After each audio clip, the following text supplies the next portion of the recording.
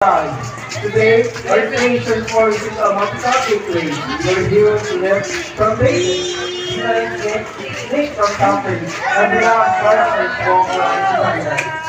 In this top character parade, our learners are not just readers, they are storytellers, dreamers, and living illustrations of the text that shape their imagination.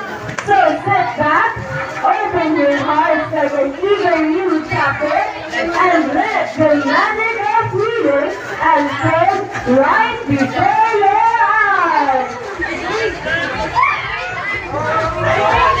Sige, forward, forward. Sige, forward na, forward.